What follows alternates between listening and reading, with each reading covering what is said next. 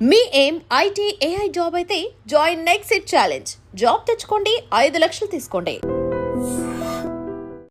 అంటే ఇంకో కేసు ఏం చెప్తున్నా మియాపూర్ది ఇది డబల్ మర్డర్ కేసు సార్. ఇది ఒక దాదారావు అక్యూడ్ నెంబర్ 1. అని పేర్లు వద్దులండి, అందులో నాకు సింపుల్గా చెప్పండి. వాళ్ళిద్దరూ ఆల్రెడీ కంది జైల్లో కన్విక్షన్స్ అయ్యి ఉంటారు, శిక్ష అనుభవిస్తూ ఉంటారు. పేర్లు వద్దను కాబట్టి A1 అండ్ A2 అక్కడ వాళ్ళిద్దరు అక్కడ పరిచయం. వాళ్ళు డిఫరెంట్ కేసుల్లో, మర్డర్ కేసుల్లో ఆల్రెడీ లైఫ్ కన్విక్షన్స్ తోటి ఉన్నారు. అంటే అక్కడే పరిచయం వాళ్ళిద్దరు కలిపేసి దాదారావు అనేసి వేరే బెయిల్ తోటి బయటకు వచ్చేస్తాడు. ఓన్లీ అక్యూడ్ A2 మాత్రం జైల్లో ఉంటాడు. ఈ దాదారావు ఇన్స్ట్రక్షన్ తోటి ఓపెన్ జైలు ఉంటుంది కదా సార్ కందిలో, అక్కడి నుంచి పారిపోయిన తర్వాత ఇతని A1 డైరెక్షన్స్ తోటి ఇద్దరు కలిసేసి మియాపూర్ లిమిట్స్లో వచ్చేస్తారు. ఒకరోజు వచ్చిన తర్వాత ఒక ఆటో డ్రైవర్ దగ్గరికి వస్తారు సార్. మియాపూర్ ఇప్పుడు ప్రజెంట్ మెట్రో రైల్వే స్టేషన్ పక్కకు ఇప్పటికి కూడా కొన్ని హట్స్ ఉంటాయి. హట్స్ దగ్గరికి వచ్చేసి హట్స్ దగ్గరనే వాళ్ళు ఆటో డ్రైవర్ స్టాండ్ ఉంటుంది, ఆటో స్టాండ్ ప్లస్ అక్కడే గుడిసెలు ఉంటాయి. ఆటో స్టాండ్ దగ్గరికి వచ్చి ఒక ఆటోని ఎంగేజ్ చేసుకుంటారు. దేని గురించి అంటే జహీరాబాద్లో ఇల్లు షిఫ్ట్ చేస్తున్నాం, అక్కడ నుంచి ట్రాన్స్పోర్ట్ పర్పస్ అనేసి వెహికల్ జహీరాబాద్ పోవాలనేసి తీసుకుంటారు. ఆ సందర్భంలో పక్క ఆటో వాళ్ళు అబ్జర్వ్ చేస్తుంటారు. వీళ్ళిద్దరు 2 వీలర్ మీద వస్తారు అక్కడికి. ఆ 2 వీలర్ను ఆటోలో ఎక్కించుకొనేసి వెళ్ళిపోతారు. ఆ రోజు మధ్యాహ్నం సాయంత్రం వరకు వెయిట్ చేసి వాళ్ళ భార్య నైట్ కంప్లైంట్ చేస్తుంది, మా హస్బెండ్ ఇట్లా వెళ్ళాడు రాలేదు అనేసి. నెక్స్ట్ డే మార్నింగ్ ఇస్తారు కంప్లైంట్. ఇచ్చిన తర్వాత రాలేదు. ఇప్పుడు రాకపోయేసరికి ఒక 4 ఇది ఆగస్టులో జరుగుతుంది సార్. ఇది 2016. 17లో ఏప్రిల్ మంత్లో డిఐ శంకర్ రెడ్డి గారు వెహికల్ చెకప్లో భాగంగా అదే ఆటో, ఇదేదైతే డిసీజ్డ్ ఆటో, దాని ఏపీ నెంబర్ తీసేసి ఎంహెచ్ నెంబర్గా చేంజ్ చేసేసి అక్యూజ్డ్ ఇద్దరు 1 and 2 యూజ్ చేస్తుంటారు. ఆ వెహికల్ చెకప్లో భాగంగా అతనికి డౌట్ వస్తుంది ఎంహెచ్ నెంబర్ను. అతడు ఆపినప్పుడు పొంతన లేని సమాధానం చెప్పడంతో వెహికల్ సీరియస్గా చెక్ చేస్తే చేస్ నెంబర్ తోటి ఈ మిస్ అయిన ఆటో టాలీ అవుతుంది. గట్టిగా ఇంటరాగేషన్ చేసినప్పుడు అప్పుడు A1 and A2 ఇద్దరు ఉంటారు, వాళ్ళు అడ్మిట్ అవుతారు కన్ఫెషన్లో. ఈ వెహికల్ను అతన్ని ఎక్కడ చంపారో తీసుకెళ్తారు. అది తీసుకెళ్లే సందర్భంలో జహీరాబాద్కు ఒక 10 kilometers ముందు ఈ డిసీజ్ను తీసుకెళ్లే అంటే ఆటో ఎంగేజ్ చేసి ఆటో డ్రైవర్ను తీసుకొని, ఎందుకని డ్రైవర్ చెప్తారు వాళ్ళ అది మొత్తం అదే సార్ వాళ్ళది రెగ్యులర్. అప్పటికే ఈ A2 మీద కూడా 8 మర్డర్ కేసుల్లో బుక్ చేసుకొని తీసుకెళ్ళేసి అతన్ని ముందు బాగా తాగిస్తారు సార్. పోయే క్రమంలో ఒక ముందు విలేజ్ దగ్గర లిక్కర్ తీసేసుకొని అతనికి తాగించి, వీళ్ళు కొంచెం కొద్దిగా తాగి వాళ్ళకి ఎక్కువ తాగించిన తర్వాత అతను కూర్చొని తాగుతుంటారు. ఆ సందర్భంలో ఆటోలో ఒకటి తాడు ఉంటుంది, ప్లాస్టిక్ రోప్. ఆ రోప్ సాయంతో మెడకు బిగిస్తారు వెనక నుంచి. అతన్ని చనిపోయింది అనేసి కన్ఫర్మ్ అయిన తర్వాత అతన్ని పక్కకున్న రోడ్ పక్కకు కాల్వ టైప్ ఉంటుంది, అందులో పడేసేసి, అది ఫారెస్ట్ ఏరియా, ఎవరు అబ్జర్వ్ చేసేటోళ్ళు లేరు, అందులో పడేసేసి వెళ్ళిపోతారు. ఆ ఆటో తీసేసుకొని ఆటో ఎన్ని చేశారు. అటువంటి నెంబర్ ఆఫ్ కేసులు ఉన్నాయి సార్. ఇది వస్తుంది అక్కడికి. అది ఆటో తీసుకొని వెళ్ళిపోయిన తర్వాత ఆటో సహాయంతో ఇక్కడ హైదరాబాద్ లిమిట్స్లో వనస్థలిపురం, ఇట్లా హయత్ నగర్, అట్లా మొత్తం 8 PS పరిధిలో టోటల్ 20 above కేసెస్లో, థెఫ్ట్ కేసులలో, అన్నిటి కేసులలో వాళ్ళిద్దరు ఇన్వాల్వ్మెంట్ ఉంటుంది. ఎక్కడెక్కడ దొంగ చోరీలు చేసారో అవన్నీ ప్రాపర్టీ, దానికి సంబంధించిన ప్రాపర్టీ ఇక్కడ సీజ్ కావడం జరుగుతుంది వారి ఇంట్లో. దాంతోపాటు ఈ ఆటోను కూడా సీజ్ చేస్తారు. అక్కడ చేసిన ఇప్పుడు వీళ్ళు కన్ఫెషన్ ఇక్కడ అడ్మిట్ అయిన తర్వాత అక్కడ పోయేసరికి ఆ డెడ్ బాడీ ఓన్లీ డిసీజ్డ్ ధరించిన జీన్స్ ప్యాంట్ ఒకటి మాత్రమే ఉంటుంది. అక్కడ ఎముకలు ఉంటాయి అంతే, చెల్లా చెదురయ్యి ఎముకలు ఉంటాయి. ఈ పిఎంఈ కండక్ట్ చేసిన డాక్టర్స్ కూడా అక్కడికి వెళ్ళేసి అక్కడ ఉన్న అవైలబుల్ అయిన బోన్స్ అన్నీ సరి చేసేసి ఆ బోన్స్ డిఎన్ఏ టెస్ట్లు మళ్ళా అతని మదర్ అండ్ ఫాదర్ యొక్క డిఎన్ఏ టెస్ట్ శాంపుల్ తీసుకుంటారు. ఆ తర్వాత ఇన్వెస్టిగేషన్ భాగంలో టాలీ అవుతుంది. ఆ డెడ్ బాడీ అందులో ఎంత వచ్చింది కన్విక్షన్ అండి? అందులో కూడా లైఫ్ కన్విక్షన్ సార్. ఇద్దరికి లైఫ్ కన్విక్షన్ ఒక్కరి మీదనే ట్రయల్ జరిగింది సార్. ఆల్రెడీ అతడు జైల్లో ఉన్నాడు, జైల్లో నుంచి పారిపోయాడు సార్. అది దొరకలేదు ఇప్పటికి. అప్పటి నుంచి మరి ఇక్కడ వేరే కేసులో తీసుకెళ్లారు. ఆల్రెడీ వేరే కర్ణాటక బీదర్ కేసులలో A1 ఇన్వాల్వ్మెంట్ ఉండే, అక్కడ తీసుకెళ్లారు. ఇక్కడ మళ్ళీ రాలేదు. అంటే ఒక ట్రయల్ అయింది, ఓన్లీ ఒకరి మీదనే ట్రయల్ అయింది. అతనికి లైఫ్ కన్విక్షన్ దీంట్లోకి గాను మళ్ళీ బాడీని షిఫ్ట్ చేసినందుకు గాను 7 years పనిష్మెంట్. కానీ ఒకటి 20 years కన్విక్షన్ ఉంది కదా, అదే కేసు 20 years కన్విక్షన్ వచ్చేసి పోక్సో కేసు సార్. ఈ పోక్సో కేసులో ఏంటంటే జేదిరిగుట్ట లిమిట్స్ పరిధిలో ఒక పాప 7 years పాప, ఆ పాపను మామూలుగా ఆమె ఫస్ట్ క్లాస్ ఏదో చదువుతుంది. ఒకరోజు జనరల్ షాప్కు అనేది వెళ్తుంది. అదే బిల్డింగ్లో జనరల్ స్టోర్ పక్కకు ఉంటుంది. ఈ అక్యూర్డ్ నివసించేది అతని నేటివ్ ప్లేస్ ఇక్కడ కాదు, అతను వాళ్ళ సిస్టర్ ఇంటికి అనేసి వస్తాడు, వాళ్ళ బావగారి ఇంట్లో. అప్పుడు ప్రజెంట్గా 2-3 months నుంచి అక్కడ ఉంటాడు. ఈ అమ్మాయి వచ్చినప్పుడు ఆ అమ్మాయికి చాక్లెట్స్ ఆశ చూపించేసి ఆ అమ్మాయిని ఆ బిల్డింగ్లో వాళ్ళ సిస్టర్ వాళ్ళ ఇంట్లో బిల్డింగ్ పై టెర్రాస్ తీసుకెళ్ళేసి, టెర్రాస్ పైన వాటర్ ట్యాంక్ ఉంటుంది, వాటర్ ట్యాంక్ బ్యాక్ సైడ్ తీసుకెళ్ళి ఆ అమ్మాయిని రేప్ చేస్తాడు. ఆ రేప్ చేసినప్పుడు ఆ పక్కకున్న బిల్డింగ్ టెనాంట్స్ వాళ్ళు అబ్జర్వ్ చేస్తారు. చూసి ఇమ్మీడియట్గా అరుచుకుంటూ వీని దగ్గరికి వచ్చే వరకు వీడు పారిపోతాడు అక్కడి నుంచి. మార్నింగ్ అది ఇన్సిడెంట్ 11 o'clock సందర్భంలో అయింది. అది అయినప్పుడు అక్కడి నుంచి పారిపోయిన తర్వాత ఇమ్మీడియట్గా వాళ్ళ మదర్ అక్కడికి వస్తుంది. మదర్ వచ్చిన తర్వాత వీడు ఫాదర్ వచ్చేసి, అమ్మాయి ఫాదర్ వచ్చేసి ఆల్రెడీ డ్యూటీకి వెళ్ళిపోతాడు. ఆ రోజు సాయంత్రం వరకు తిరిగి రాడు. సాయంత్రం వచ్చిన తర్వాత ఇక్కడ వీళ్ళ ఇంటికి వచ్చేసి సర్చ్ చేస్తుంటే వీడు అక్యూర్డ్ అప్పటికే పారిపోయాడు. మళ్ళీ నైట్ మళ్ళీ ఇంటికి రీచ్ అయినప్పుడు అక్కడ ఉన్న కాలనీ పీపుల్ అంతా గట్టిగా పట్టుకొని అతను దేహశుద్ధి చేస్తారు, బాగా కొట్టడం జరుగుతుంది. ఆ మాబ్లో అక్కడ ఉన్న పర్సన్స్ కాంప్లైంట్, ఈ ఫాదర్ కూడా కాంప్లైంట్ ఇస్తాడు. కాంప్లైంట్ ఇచ్చినప్పుడు అతన్ని రెడ్ హ్యాండెడ్ పట్టుకొని, ఆల్రెడీ తనకి దెబ్బలు తాకినాయి బట్టి అతన్ని హాస్పిటల్కి తీసుకెళ్ళేసి నెక్స్ట్ డే ప్రొడ్యూస్ చేస్తారు. అటు క్లియర్గా ఒప్పుకోవడం జరుగుతుంది. ఆ కేసులో సాక్ష్యాధారాలు, ఆ టెనాంట్స్, ఐ విట్నెస్, వాళ్ళు చూసిన వాళ్ళు, మెడికల్ ఎవిడెన్స్, అమ్మాయి అన్నీ బేస్ చేసుకుని మన కోర్టు పోక్సో జడ్జి గారు 20 years కన్విక్షన్, కళ్యాణ్ చక్రవర్తి గారు 20 years కన్విక్షన్ ఇవ్వడం జరిగింది. వాడేమన్నాడండి అప్పుడు 20 years పడగానే? ఏమంటాడు సార్, తప్పించుకోవడానికి పరిస్థితి లేదు అక్కడ. ఈ పోక్సో యాక్ట్ ఏం చెప్తున్నది, అటెంప్ట్ చేసిన, అది ఫిజికల్ అసాల్ట్ అనేది జరగకుండా టచ్ చేస్తే కూడా పోక్సో యాక్ట్ క్లియర్గా చెప్తుంది. ఆ మెడికల్ ఎవిడెన్స్ క్లియర్గా ఉన్నది.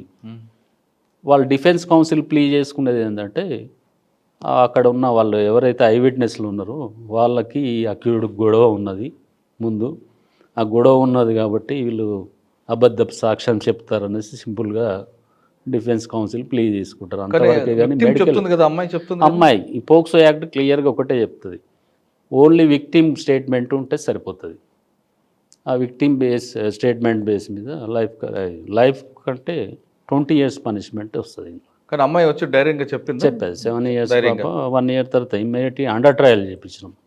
అండర్ ట్రయల్ అంటే విత్ ఇన్ 1 year లోపే, 1-2 years లోపే దీంట్లో. సార్, ఈ కేసులు కాకుండా ఇంకా బాగా మీకు గుర్తుండే కేసు చెప్పండి. దాంట్లో ఇన్వెస్టిగేషన్ భాగంలో సైదుల్ గారు అప్పుడు సిఐ ఉండే, అతనితో పాటు వాళ్ళకు మొత్తం టోటల్ టీమ్ సక్సెస్ఫుల్గా ఇన్వెస్టిగేషన్ కూడా మార్చారు. ఇవి కాకుండా ఇంకే బాగా గుర్తుండిపోయిన కేసు ఒకటి? అనదర్ కేసు ఇక్కడ ఈ Chandanagar limits double murder case sir. Double murder case ఇక్కడ గోపీనగర్ అనేసి ఒక ఉంది, రైల్వే స్టేషన్ నియర్ బై ఉంటుంది. ఆ గోపీనగర్లో ఒక ముస్లిం వికారాబాద్లోంచి ఇక్కడికి హైదరాబాద్కి రావడం జరుగుతుంది. అతనికి ఆల్రెడీ మ్యారేజ్ అయింది. మ్యారేజ్ అయిన తర్వాత వాళ్ళ భార్య, ముగ్గురు కొడుకులు పుట్టిన తర్వాత భార్య చనిపోతుంది. చనిపోయిన తర్వాత ఇంకొక ఆమెను, ఆల్రెడీ మ్యారీడ్ అయిన పర్సన్ లేడీని, ఆషాబీ అనే లేడీని ఆయన మళ్ళీ మ్యారేజ్ చేసుకుంటాడు. మ్యారేజ్ చేసుకోవడంలో ఇద్దరు కొడుకులు ఆల్రెడీ హైదరాబాద్ షిఫ్ట్ అవుతారు. ఇది లైవ్లీహుడ్ పర్సన్. ఓన్లీ చిన్న అబ్బాయి మాత్రమే విలేజ్లో ఉంటాడు, పులిమామిడి విలేజ్ అని. అతడు ఈమెను సెకండ్ మ్యారేజ్ చేసుకొని ఇంటికి తీసుకొస్తే అతను ఒప్పుకోడు. అబ్బాయి ఒప్పుకోనందుకు ఈ సాదిక్ మియా అండ్ ఆషాబీ వాళ్ళు వచ్చేసి ఇక్కడ హైదరాబాద్లో ఈ విలేజ్ ఇది గోపీనగర్కి వస్తారు. వచ్చిన తర్వాత అక్కడ ట్యాంకర్ డ్రైవర్గా చేసుకుంటూ బ్రతుకుతుంటాడు. అదే క్రమంలో ఈ అబ్బాయి అప్పుడప్పుడు వస్తాడు. ఇంకా మ్యారేజ్ కాలేదు అబ్బాయికి. ఈ తండ్రి దగ్గరికి వచ్చేసి నాకు మ్యారేజ్ చేయమని ఒక డిమాండ్. అనదర్ ఈజ్ అప్పటికి ఫస్ట్ భార్య చనిపోయేది కదా, ఆమె పేరు మీద ఉన్న కొంచెం ల్యాండ్ అమ్మేసేసి ముగ్గురికి కొడుకులకు షేర్ చేసి ఇచ్చేస్తాడు. ఇంకో కొంచెం అమౌంట్ అతని దగ్గర పెట్టుకుంటాడు. ఆ అమౌంట్ అంతా ఈ సెకండ్ భార్యకు ఖర్చు పెడుతున్నాడు అనేసి ఇంటెన్షన్ తోటి గొడవ పడుతుంటాడు ఈ అబ్బాయి. ఆ క్రమంలో మళ్ళీ ఒక రోజు రావడం జరుగుతుంది. గొడవలు కంటిన్యూషన్ అవుతుంటాయి. మళ్ళీ ఒక రోజు వస్తాడు. ఆ రోజు కూడా ఈ మ్యారేజ్ పర్పస్ డిస్కషన్ వస్తుండే తండ్రి కొడుకుల మధ్యన. ఈ సెకండ్ భార్య కలగ చేసుకొని మాకేం సంబంధం లేదు, నువ్వే చేసుకో, అది సంథింగ్ ఏదో అంటున్న సందర్భంలో ఇతడు ఆ మధ్యన సాయంత్రం టైంలో ఇది సిగరెట్ తాగే అలవాటు ఉంటుంది అక్యూడ్ రషీద్ పాషా. అతడు వెళ్ళి పక్కకున్న షాప్ దగ్గరికి వెళ్ళేసి సిగరెట్లు తెచ్చుకోవడం, తాగడం, గొడవలు జరుగుతున్నప్పుడు ఇంటి ఓనర్ వచ్చేసి బీహారీస్ వాళ్ళు. ఎలా చెప్పాడు? అదే రోజు నైట్ గొడవలో భాగంగా ట్రాక్టర్ డ్రైవర్ కదా, అక్కడ నుంచి ఆ ట్రాక్టర్ టూల్స్ నుంచి ఏదో సుత్తే తీసుకొచ్చాడు. ఆ రోజు గొడవలో ఏమనలేదు, పడుకున్నాడు. తర్వాత మధ్యరాత్రి లేచి ఆ సుత్త తీసుకొని ఫస్ట్ ఈ పినతల్లి ఆమెను తలపైన గట్టిగా కొట్టడం జరుగుతుంది, తల మీద. ఆమె గట్టిగా అరిచే క్రమంలో ఆమెను దిండుతోటి ఊపిరాడకుండా చంపేస్తాడు. ఈ హెడ్ ఇంజరీస్ అండ్ ఊపిరాడకుండా చంపేసిన తర్వాత ఆ సందర్భంలో అతను తండ్రి కూడా లేచి గట్టిగా అరిచినప్పుడు అతన్ని కూడా కొడతాడు అదే సుత్త తీసుకొని. ఆ సుత్త తీసుకొని కొట్టిన తర్వాత ఇద్దరు చనిపోయారని డిక్లేర్ అవుతుంది. డిక్లేర్ చేసుకున్నాక డోర్ ఓన్లీ దగ్గరికి వేస్తాడు. ఆ తండ్రి దగ్గర ఉన్నటువంటి ల్యాండ్ పేపర్స్, పట్టాదారు పాస్బుక్లు, ఆ తండ్రి యూజ్ చేసేటి ఫోను అవన్నీ తీసుకెళ్ళి అక్కడ నుంచి పారిపోతాడు. ఆ పాస్బుక్లు అవన్నీ అక్కడ పక్కకి ఆల్-ఇండ్ ఫ్యాక్టరీ అని ఉంటుంది, ఆ ఫ్యాక్టరీ పొదల్లో కొన్ని అక్కడ పడేస్తాడు. ఓన్లీ ఫోన్లు మాత్రం తండ్రి ఫోన్లో, అది కొత్త ఫోన్ వచ్చి ఆ ఫోన్ బాక్స్ వచ్చేసి అక్కడే ఉంటుంది, ఎంటీ బాక్స్ తండ్రి యూజ్ చేసేది. ఆ బాక్స్ అక్కడే ఉంటుంది. ఆ తండ్రి ఫోన్ మాత్రమే తీసుకెళ్ళి వెళ్తాడు. మార్గ మధ్యంలో వాళ్ళ ఇంటికి పులిమామిడికి వెళ్ళే మార్గ మధ్యంలో అతని సిమ్ తీసేసి ఆ తండ్రి సిమ్ వేసుకుంటాడు. ఒక్కసారి రింగ్ అవుతుంది, తర్వాత ఏదో డౌట్ పడేసి మళ్ళీ ఆ ఫోన్ పక్కకు పడేస్తాడు. ఒకసారి మాత్రం రింగ్ అవుతుంది. అంటే అందులో కన్విక్షన్ వచ్చిందా? అందులో కన్విక్షన్ సార్. ఎంత వచ్చిందండి? వీళ్ళు అందులో కూడా life conviction sir, double murder case అది. ఈ లొకేషన్ డీటెయిల్స్ తీసుకున్న సందర్భంలో క్లియర్గా అక్కడ ఎక్కడి నుంచి ఎక్కడికి వెళ్ళాడు అనేసి అందులో టవర్ లొకేషన్ దొరుకుతుంది సార్. అందులో డిఫెన్స్ తీసుకున్న ఏంటి? డిఫెన్స్ తీసుకునేది సింపుల్గా ఈ భార్యాభర్తలు సెకండ్ మ్యారేజ్ కాబట్టి వాళ్ళకు కూడా ఇష్టం లేదు. ఆమె ఫస్ట్ ఈమె D2 ఉంటుంది కదా, డిసీజ్డ్, ఆ హస్బెండ్ కూడా ఉంటాడు. ఆమెను వదిలిపెట్టేసి ఈమెను పెళ్లి చేసుకుంది. వాళ్ళు కూడా కక్షలు ఉండొచ్చు, వాళ్ళ పిల్లలు కూడా వీళ్ళ ఇంటికి వస్తుంటారు, వాళ్ళు కూడా ఎవరైనా చంపిండొచ్చు, వీళ్ళు కాదు అనేసి అసలు వీళ్ళ ఇంటికే రాలేదు. మరి మీరు ఎలా ప్రూవ్ చేశారు? మేము క్లియర్గా టవర్లో ఇప్పుడు సిమ్ IMEI నెంబర్, ఇందులో ఈ కేసులో డెడ్ బాడీ దగ్గర దొరికిన ఎంటీ బాక్స్, ఆ ఎంటీ బాక్స్ మీద IMEI నెంబర్ ఉంటుంది. ఆ IMEI నెంబరు ప్లస్ అక్కడ అక్యూడ్ యూజ్ చేసినటువంటి ఫోన్ తోటి IMEI నెంబర్ టాలీ అవుతుంది. కాకపోతే వీళ్ళు ఛార్జ్షీట్ చేసినప్పుడు వీళ్ళు ఆ డాక్యుమెంట్స్కి సంబంధించిన కొన్ని ఫైల్ చేయలేరు. ఈ 2012లో కేసు జరిగింది. ఈ రీసెంట్గా నేను 2023లో ఆ సంబంధించిన డాక్యుమెంట్లు అనేసి మా ప్రాసిక్యూషన్ ఎవిడెన్స్ కింద మేము ఫైల్ చేసేసి దాంట్లో కన్విక్షన్ తీసుకోవడం జరిగింది.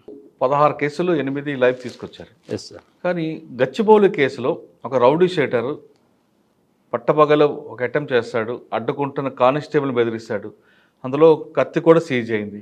Yes sir. కానీ ఎందుకు అందులో కన్విక్షన్ రాలేదండి? అందులో అంటే అక్కడ ప్రాసిక్యూషన్ ఫెయిల్ అనుకోవాలా, లేదు, ఇన్వెస్టిగేషన్ ల్యాబ్స్ అనుకోవాలా? ఇన్వెస్టిగేషన్ ల్యాబ్స్ అనేసి అనుకోవడానికి కూడా లేదు, ప్రాసిక్యూషన్ ఫెయిల్డ్ అని అనుకోవడానికి కూడా లేదు.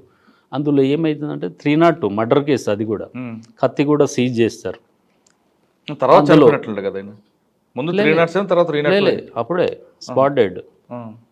అందులో ఏమైందంటే ది ఐ విట్నెస్ వచ్చేసి ట్యాక్సీ స్టాండ్ ఓనర్, అతను మహబూబ్ అనేసి అక్యూడ్ కమ్యూనిటీ డిసీజ్ అంతా సేమ్.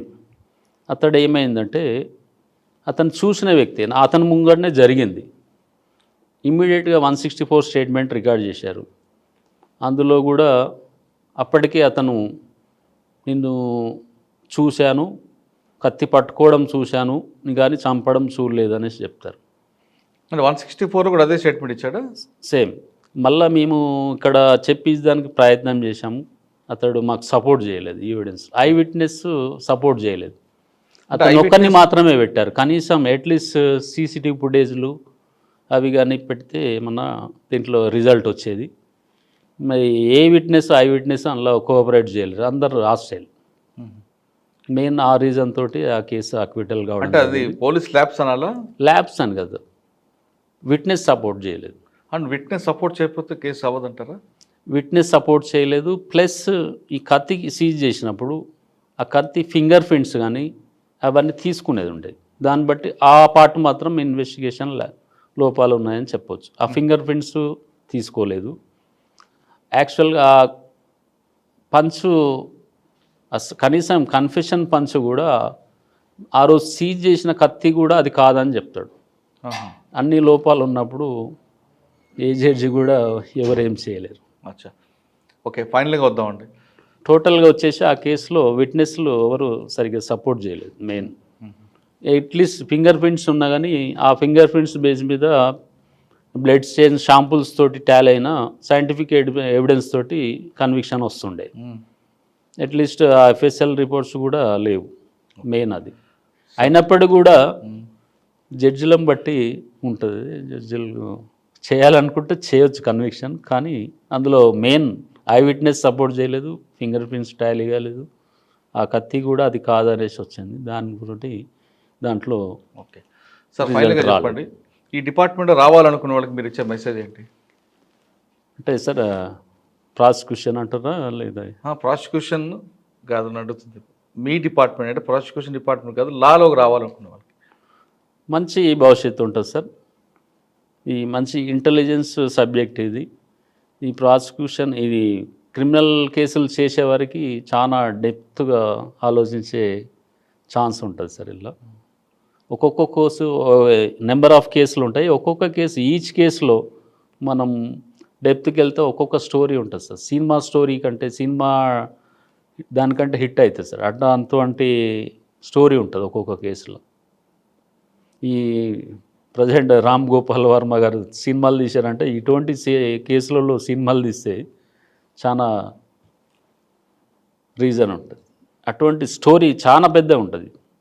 ఒక్కొక్క కేసులో అంత డెప్త్కి వెళ్ళచ్చు సార్, చాలా స్టోరీ. దీనిలో భాగంగా నేను ఇప్పుడు నెంబర్ ఆఫ్ కేసెస్లో ఇప్పుడు జస్ట్ ఓన్లీ 3 కేసెస్ గురించి చెప్పాను. ప్రతి కేసుకు ఒక హిస్టరీ అనేది ఉంటుంది. దాంట్లో అక్యూడ్ మోటివ్ ఉంది, అతనికి గొడవలు ఎందుకు వచ్చాయి, దాని అంతా రీజన్లు చెప్పుకుంటే ఒక 10 hours ఎబోవ్ పడుతుంది సార్ ఒక్క కేసుకు. ఆ కేసు మొత్తం స్టడీ చేసే అంత కెపాసిటీ ఫస్ట్ ఐఓ గారికి ఉండాలి, తర్వాత పబ్లిక్ ప్రాసిక్యూటర్ గారికి ఉండాలి. అదంతా జడ్జిమెంట్ ఇచ్చే జ్యుడిషియల్ ఆఫీసర్ కూడా అవన్నీ చేసిన తర్వాతనే కరెక్ట్ రిజల్ట్ వస్తుంది. ఇక్కడ నుంచి ఇన్వెస్టిగేషన్ నుంచి ప్రాసిక్యూషన్ నుంచి జడ్జి గారికి చేరవేసే టైంలో ప్రాసిక్యూషన్ ఫెయిల్ అయినా రిజల్ట్ రాదు, ఇన్వెస్టిగేషన్లో లోపాలున్న రిజల్ట్ రాదు సార్. ఇన్వెస్టిగేషన్ పకడ్బందీగా చేసినప్పటికీ కూడా ప్రాసిక్యూషన్ జడ్జికి ప్రజెంట్ చేసే టైంలో ఏ ఒక్క ఇప్పుడు 64 విట్నెస్, 50 విట్నెస్, 30 విట్నెస్ ఉంటారు. అందులో విట్నెస్లు సపోర్ట్ చేయకున్నా కానీ కేసు వీక్ అయ్యే ఛాన్స్ ఉంటుంది. కానీ ఈ మరి గచ్చిబౌలి కేసు 2023లో నేను చేసిన కేసులో మాత్రం మ్యాక్సిమం అన్ని కేసుల్లో విట్నెస్లు సపోర్ట్ చేయించుకున్నాం. ఓకే. కానీ గచ్చిబౌలి కేసులో, పింకీ మర్డర్ కేసులో ఎస్ సార్. అది మీకే వస్తుంది. కానీ వేరే పీపుల్ పెట్టడం వెనక దాని మీద చాలా రీజన్స్ ఉన్నాయి సార్. అప్పుడు 2023 బైఫర్కేషన్ టైంలో ఓన్లీ ఒకటే కోర్టు మాత్రం రన్ అవుతుంది. 14 PS పరిధిలో ఉన్నది ఆ కోర్టు. 15th ఏజ్ కోర్టు 14 PSల పరిధిలో ఉన్నది. సివిల్ జ్యూరిడిక్షన్ కూడా చాలా పెద్దది. సివిల్ మ్యాటర్స్ కూడా హెవీ కేసెస్. టాప్ 1 తెలంగాణలో ఎక్కువ ఆదాయం సమకూర్చే కోర్టు అదే, అప్పటికే అదే ఉండే. లిటిగేషన్స్ కేసులు చాలా ఎక్కువ. ఫ్యామిలీ ఓపీ కేసులు, ఫ్యామిలీ డైవర్స్ కేసులు కూడా అదే కేసులో ఎక్కువ. టైం కేటాయించలేకపోయారు. అయినప్పటికీ కూడా 18 సార్లు మేము బెయిల్ అప్లికేషన్ డిస్మిస్ చేసేసి అండర్ ట్రయల్ హైకోర్టు డైరెక్షన్స్ కూడా వచ్చింది. అక్కడ కూడా 3-4 టైమ్స్ డిస్మిస్ కావడం జరిగింది. అంటే మీకు అందులో వర్క్లోడ్ మాకు వర్క్లోడ్ కదా సార్, కోర్టుకు టైం దొరకలేదు. Court trial high court directions within 6 months లోపల కేసు డిస్పోజ్ చేయాలని ఉన్నప్పటికీ కూడా ట్రయల్ చేయడానికి సాధ్యం కాలేదు. దాంతోపాటు నెంబర్ ఆఫ్ కేసెస్ పెండింగ్ ఉన్నాయి. అక్కడ మన సిపి ఆఫీస్లో కేసులు డిస్పోజ్ అవుతలేవు ఇమీడియట్గా. ఈ రీజన్ అంతా వర్క్లోడ్ అనేసి ఎవరు చూడరు సార్. మా కేసులు పెండింగ్ ఉంటున్నాయి అంతే. ఆ ఉద్దేశంతో హైకోర్టు కూడా డైరెక్షన్ ఇచ్చినప్పుడు కూడా కాలేదు. ఆఫీసర్స్కు లోడ్ తోటి ఇమీడియట్గా అక్కడ ప్రాసిక్యూషన్ డిపార్ట్మెంట్ నుంచి కానీ ఎక్కడి నుంచి మన స్పెషల్ పీపీగా అపాయింట్ కావాలని ఆ లోపునే నేను 19 members విట్నెస్ను ఎగ్జామ్ చేశాను. అవుట్ ఆఫ్ 64లో 19 members చేసిన తర్వాత ఇట్లా స్పెషల్ పీపీ అపాయింట్ అయ్యారంటే నేను కూడా అతనికి సపోర్ట్ చేసుకుంటూ ప్రసాద్ గారు వచ్చారు.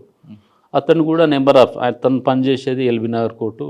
అక్కడి నుంచి ఇక్కడికి రావడానికి కూడా కొన్ని సందర్భాలు ఇబ్బంది అవుతుంటే అప్పటికి కూడా నేను సమ్ విట్నెస్ టైంలో మేము నడిపించుకుంటూ రావడం జరిగింది. అంతలోనే మళ్ళీ అతను టర్మినేట్ అయిపోయారు. అతను అయిపోయిన తర్వాత కూడా మళ్ళీ 1 year నేనే చూశాను ఆ కేసును. ఓన్లీ అసిస్టెంట్ ఐఓ సిఐ గారు రామయ్య గారు ఉండే, అతన్ని కూడా ఎవిడెన్స్ నేనే జరిపించాను. ఈ కొత్త జడ్జి వచ్చిన తర్వాత ఆ లోపున డిస్ట్రిక్ట్ బైఫర్కేషన్స్ అయినాయి సార్. 2 కోర్టులు వచ్చాయి. ఆ 15th ADJ కోర్టు నుంచి 6th ADJ కోర్టుకు కేసు ట్రాన్స్ఫర్ అయింది. అక్కడికి వచ్చిన తర్వాత మేడం వచ్చిన తర్వాత కేసు పికప్ అప్పుడు స్టార్ట్ అయింది మళ్ళీ. అప్పుడు కూడా నేను రామయ్య గారిని నేనే ఎగ్జామ్ చేయడం జరిగింది. అతను కూడా నెంబర్ ఆఫ్ టైమ్స్ ఆ కౌన్సిల్స్ మళ్ళీ బెయిల్ ఈయన వచ్చారా కొత్త పీపీ గారు? Only last IO exam. ఇప్పుడు ఐఓ గారు ఉన్నారు కదా సార్, గంగాధర్ ఎవిడెన్స్ టైంలో ఈ పీపీ గారు వచ్చారు. ఓన్లీ 1 witness మాత్రమే, మెయిన్ ఐఓ ఆయన్ని కదా, ఆ విట్నెస్ మాత్రం ఇతను ఉపేందర్ గారు చేశారు. వచ్చారు, కన్విక్షన్ వచ్చింది. Yes sir. Total goes to ఈ అందరి పీపీలది సహాయంతో మొత్తం ఇన్వాల్వ్మెంట్ అందరిది ఉంది సార్. మెయిన్ ఐఓ గంగాధర్ గారు కూడా అతను ట్రాన్స్ఫర్ గచ్చిబౌలి నుంచి మేడ్చల్ నుంచి రాయదుర్గం అక్కడ నార్సింగ్ ఎన్ని పిఎస్లు చేంజ్ అయినప్పుడు కూడా ఈ కేసు దృష్టిలో ప్రతి విట్నెస్ వచ్చినప్పుడు ఎంబడి రావడం, అతనికి బ్రీఫ్ చేయడం అతని పర్సుయేషన్లో జరిగింది సార్. ఓకే. నేను అప్పుడున్న సిపి గారు ఇంట్రెస్ట్గా అతన్ని ఛాన్స్ ఇవ్వడం, గంగాధర్ సార్కు కేసును పర్సూ చేయమనేసి ప్రోత్సహించడంతో అతను కూడా ఫుల్ టైం ఈ కేసుకు లా ప్రొఫెషనల్ రండి. వచ్చిన తర్వాత ప్రతి కేసుకు ఒక స్టోరీ ఉంటుంది అంటున్నారు నాగేశ్వర గారు. ప్రతి కేసులో డెప్త్గా వెళ్తే ఒక సినిమా కథ రాయొచ్చు అంటూ చెప్తున్నారు. ఖచ్చితంగా అంటే పేదవాడికి న్యాయం చేయాలంటే లా ప్రొఫెషన్ ది బెస్ట్ ప్రొఫెషన్ అంటూ ఆయనకున్న అనుభవం చెప్తున్నారు. ఇది ఈ వారం నాగేశ్వర గారు ఇంటర్వ్యూ.